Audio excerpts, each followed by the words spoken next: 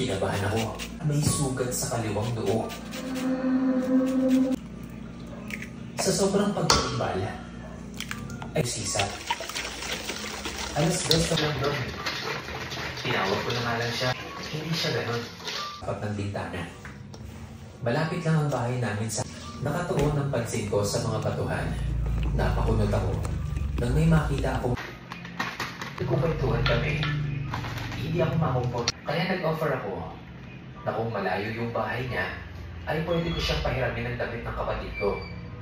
Pero pagbalik ko, wala na siya sa kinauupuan niyang bato. Nag-alala ako nun kasi nagsisi.